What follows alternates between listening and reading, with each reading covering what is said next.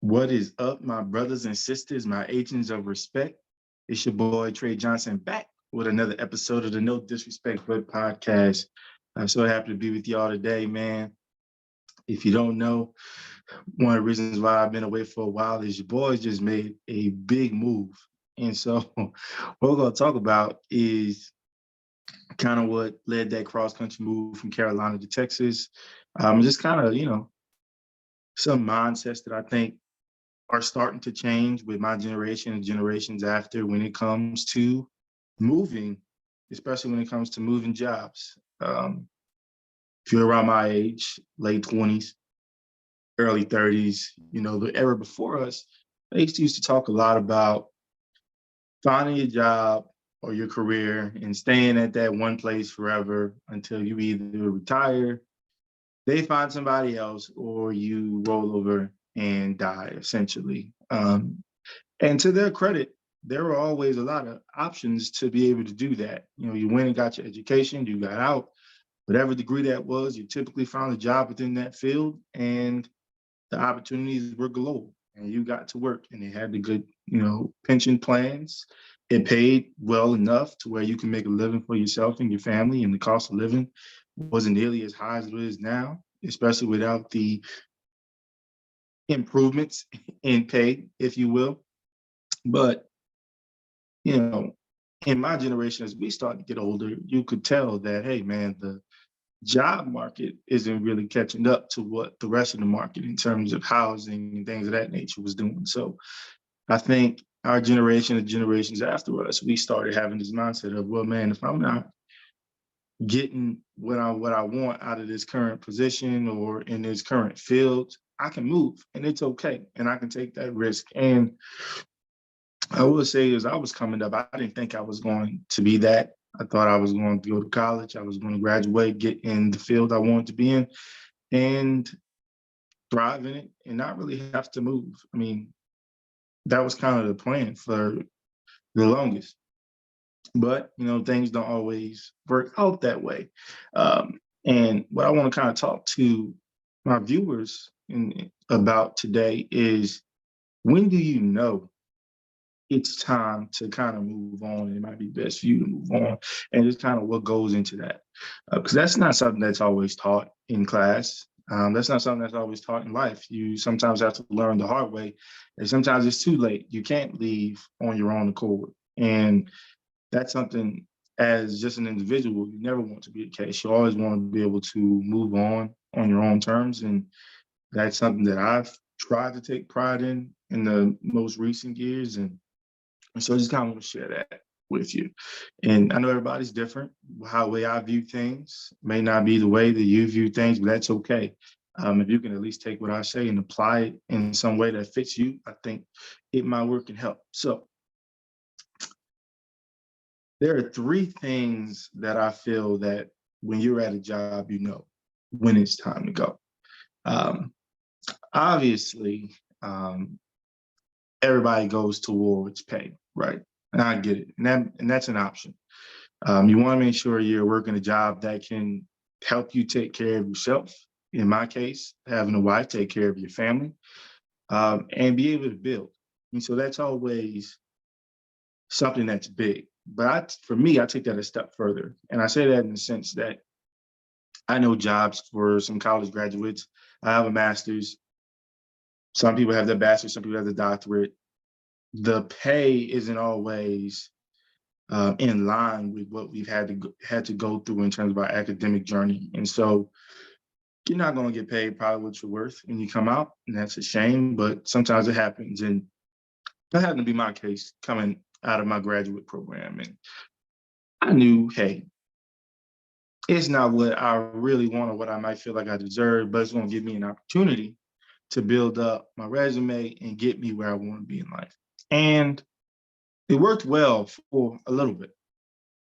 And, once I took that big step, proposed, and knew I was getting married and wanted to kind of build upon that and make sure we were taken care of, and not just fulfilling our needs, but being able to fulfill some wants too. Like if we want to go take a vacation or we want to buy something a little bit expensive in the store, things like that. I wanted to make sure that I could be able to do that for us if I could. And when you're doing the work and you're really good at your job, right? You expect to begin that conversation about elevating, okay, and what those opportunities may look like. And I started to learn, you know, probably coming off of year two and going into year three, that was probably going to be limited. And a pandemic coming didn't really help matters. Working in higher education as I do, budgets got tight, hiring freezes, promotion freezes, those types of things. And I understood that. But at the end of the day, the same way that a university or an employer can't necessarily, make it out of natural disasters or things like that, they have no way of really doing that and waiting on that and helping and supporting. Like you as an individual, like you can't use that as an excuse either. Like if there's a better opportunity out there for you, you should be able to seek it. And so I think that was a blessing for me because I kind of was getting stuck. Sometimes it's your first job out of college and you lose that ambition a little bit. It's comfortable, you're doing good at it, the pay's okay, and you get stuck. And so once I saw that there wasn't a path for me, not just from a position standpoint and a elevating of my responsibility standpoint, but from a pay standpoint, there wasn't going to be any pushes anytime soon. That forced me to kind of start looking. And I'm glad I did. It got me back in the game. 4 years of not doing interviews and things like that, and just forgetting about what that felt like. I needed to see what the landscape looked like. So much had changed in terms of the jobs in the industry that I was working in, where I needed to beef up my skills, so to speak, in terms of making sure I was prepared for my interviews and making sure that I was able to tell my story and why I would benefit an institution that hired me, those types of things. And so, like I said, pay is always a big thing. But for me, it was more so what's the opportunity to elevate my pay? And if there wasn't anything in the form of a promotion or additional duties that could help beef that up, I didn't feel like that was going to be the best place for me. And it was probably time to move, even though I loved it. I loved the people type of deal. But I know there's always a reason. So I think that's probably everybody's number one when it comes to when do you know it's time to move? And it's 9 times out of 10 is going to be pay. But as we all know, sometimes going into it, the pay isn't the best to begin with. But there are some of those additional factors that make us want to take on that opportunity. And I would say once you build up those skills that you're looking for, and you know that you're worth way more than you were when you walked in the door, it's usually that time to move. And I would say, secondly, what's your goals? What's your end game? Where do you want to be? Where do you want the work that you do day in and day out? Where do you want it to take you? And I would say where I ended up after I left my first institution and where I am in between where I am now is, as I was looking for a new job, I was very strategic in what I was looking for. And I made sure to tell every interviewer, and I went on a lot of interviews, I tell you, what my dreams and what my passions were and what I was hoping to get out of that particular role that I was interviewing for. And so I left nothing off the table as to where Trey figured he would be and should be in life and the things that he was planning on doing to get there, and hoping that that institution and that role and the responsibilities within that role would help, get me to that point. And so um, I ended up joining the institution. There were some promises made. There were some expectations of what I would be doing. And I would say from my standpoint, and like I said, everybody's different. I felt like, hey, I knew right away that I might not be here as long. Like I said, great people, love the people I worked with, love the people I met along the way. But when you have a goal in mind and you have an idea of where you want to be and where you should be, you don't want to waste time. Um, 30 is the big age in my mind. I'm a year and a half from it. And I want to make sure that if I'm not where I want it to be by that age, I'm pretty damn close. And I didn't want to be in a position where I was wasting my time, my talents for another 3, 4 years and not really getting any closer to where I want to be, where I wanted my family to be. And I think those of us um, that are in that situation, sometimes you feel like, oh, I've only been here a small amount of time. What does that look like if I were to interview somewhere else or leave? What does that new employer or that potential new employer think of me or you as an individual as to, well, this person left so soon. Why would they do that? Are they a bad person or they going to leave us really soon?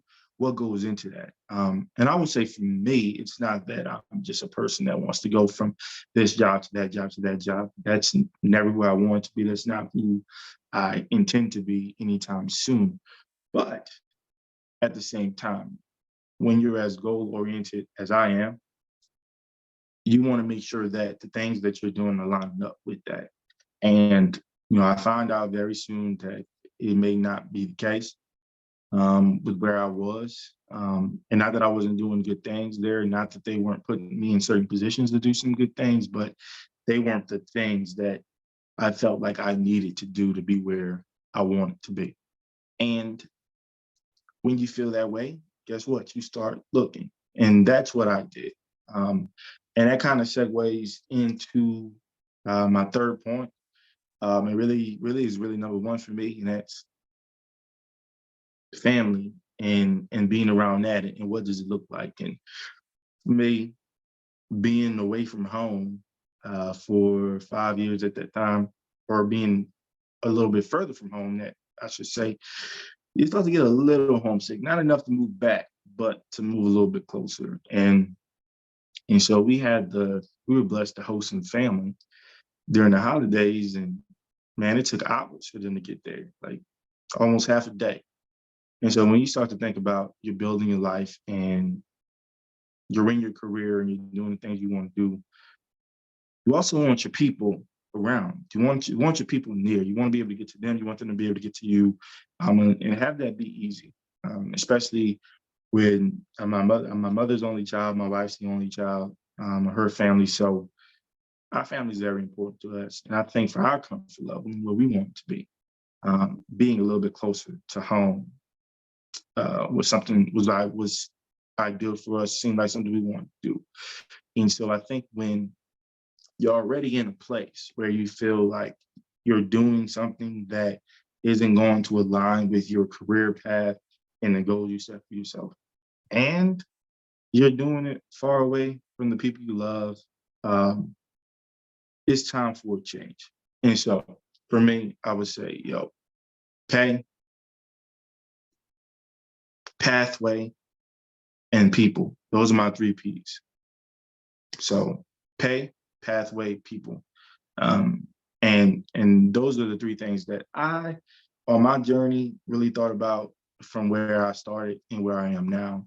And so I'm very interested, when I talk about these things, what kind of goes into other people's minds. Like I said, for me, it was very strategic in everything I did, but that might not be the case with everybody. So you might be that person that just rolls with the punches sometimes, and you just kind of operate off of vibes.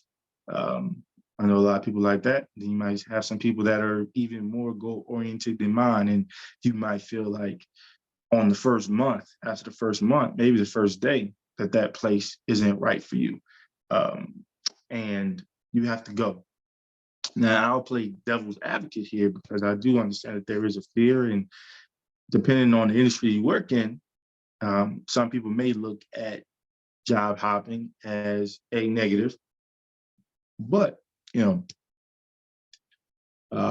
I was actually speaking with someone a few days ago, and what they told me was, you model they live by is that you have to enjoy going to work at least 3 days a week.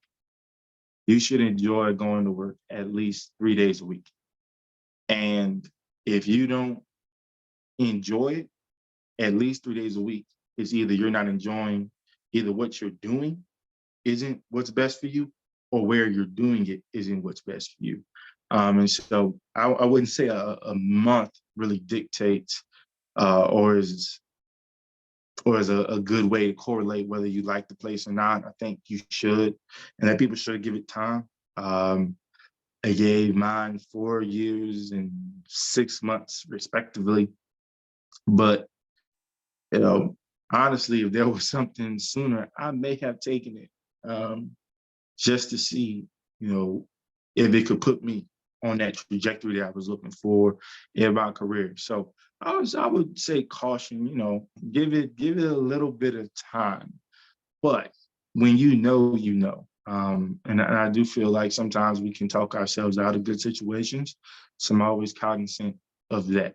And so I always advise that we step away a little bit, look at from instead of a me perspective, but an us perspective, and see what's kind of the mission of the place you're in. What are your supervisors? If you aren't supervisors, what are they trying to convey? What are they trying to get done?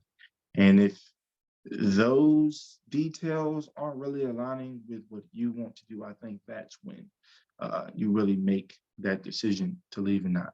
Like I said, I'm different, everybody's different. But in this comment section, I want y'all to comment. It's going to be on YouTube, and you also know I'm posting on Twitter. I want to know what goes in your head when you're at a place. And you might be a little unhappy or a little uneasy, or you could be happy, but just feel like it's time for a change. How do you embrace that? How do you battle through that? And ultimately, how do you come to a conclusion on what you should or shouldn't do? I know what I did. I'm very curious to know what others do, because you never know when I might be in that situation again, or hopefully what I've said when you're in that situation may be of some help to you. Now, if I disrespected anybody or offended anybody, that's a good thing. It's an opportunity for me to learn, and it's an opportunity for you to teach me. All I ask is that you keep it respectful. Peace.